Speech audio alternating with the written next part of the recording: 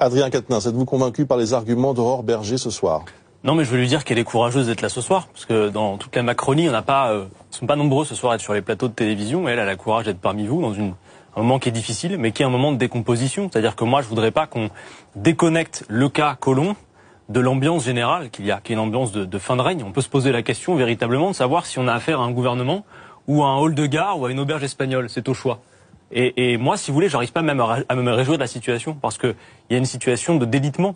Là, en l'occurrence, ministre d'État, ministre de l'Intérieur, premier flic de France, qui décide, comme il le souhaite, de partir déjà avec un départ programmé annoncé.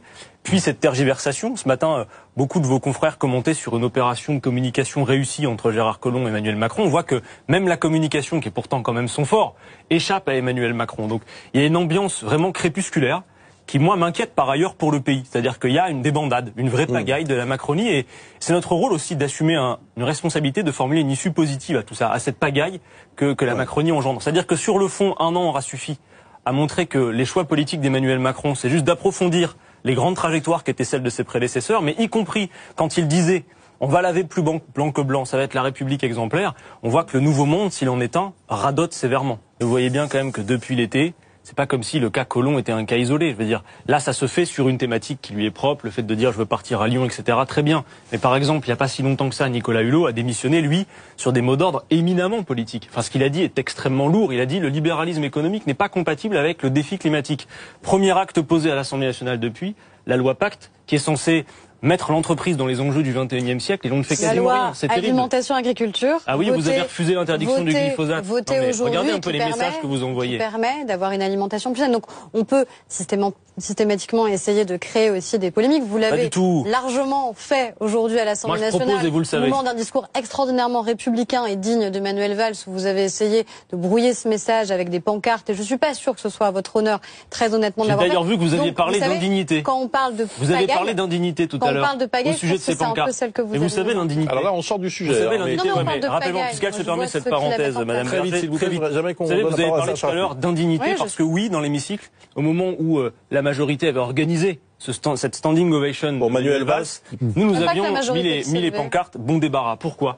Parce que voyez-vous, Aurore Berger, vous savez, en réalité, l'indignité, c'est de voir une majorité qui prétend être le nouveau monde applaudir quelqu'un comme Manuel Valls. Parce que quoi qu'il ait fait, même comme Premier ministre, il a aussi été celui qui, depuis 15 mois, est un député fantoche. Et vous savez que ce genre de comportement participe de la coupure qu'il y a entre les citoyens et les élus. Et voir le nouveau monde applaudir, c'est délétère pour vous mettre des propres coups à votre majorité. Adrien Quatennens, vous évoquiez tout à l'heure un point de non-retour. Bon, c'est peut-être un peu excessif parce que en effet, les institutions vont survivre à cette crise. Mais vous avez un doute sur la suite du quinquennat. Mais clairement.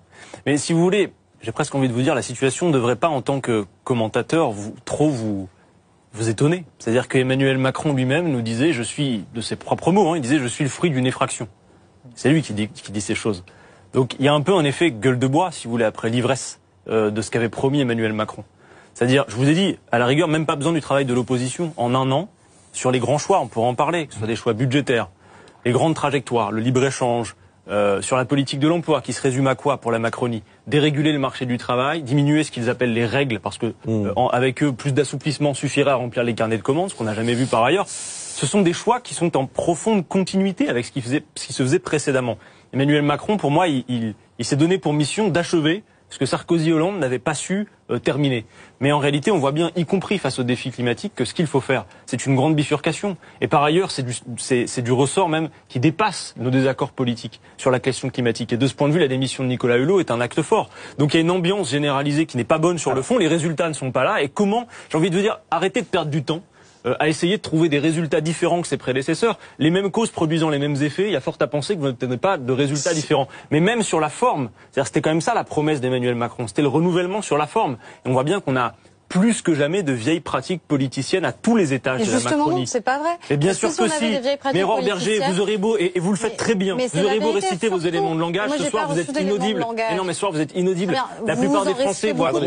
Ils voient, mais on l'a pas mal entendu. Mais vous savez, la chaise musicale, c'est délétère. Vous voyez bien quand même que Je veux dire, je comprends, c'est votre rôle que de tenir la tranchée de votre point de vue particulier. C'est votre rôle d'appeler à l'insurrection. Mais très moi, bien. c'est pas, moi j'appelle pas à la, vous savez, moi j'appelle au retour à l'ordre ici ce soir. Ah bah vous très voyez, bien, bah faites-le à l'Assemblée nationale. mais je passe mon temps à ça. Mettez-moi la Vous pagaille ne pouvez à pas dire l'Assemblée. autre chose. C'est vrai que vous n'êtes pas toujours dans l'hémicycle, mais quand j'y suis, vous voyez bien qu'on fait des propositions à chaque fois. Moi, je suis pas une opposition principielle. Ça serait plus confortable pour vous, Aurore Berger, si vous aviez en face de vous un opposant de principe. Moi, je suis un opposant de fond. Non, c'est faux. À chaque fois que je dépose une brique de ce que vous faites, j'en pose une autre. On est d'accord avec ou pas. Mais systématiquement, on contre-propose. C'est vous qui êtes dans la posture. Vous êtes enfermés. Vous êtes enfermé idéologiquement et sur la forme. Enfermé. Je parle de la Macronie si en manière vous générale. Laissez éventuellement vous répondre par rapport à tout ce que vous avez dit. Je suis pas dans une posture. Moi, j'assume d'être sur ce plateau ce soir parce que justement, je crois. Mais c'est pas le sujet. J'ai pas besoin que vous le saluiez. Moi, je crois au bien fondé de ce quinquennat. Contrairement à vous, je crois qu'on a été là par la volonté des Français. Et je pense qu'il faut qu'on aille au bout de ce quinquennat. Il n'y a pas une illégitimité de votre position, mais voyez bien qu'il n'y a pas une adhésion programmatique forte pour ce que vous faites dans le pays.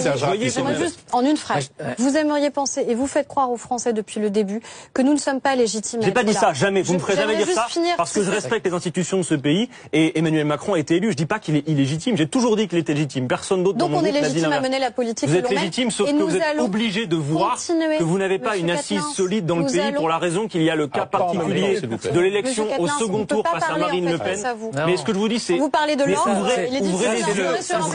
ouvrez les yeux, Aurore Berger. S'il vous plaît.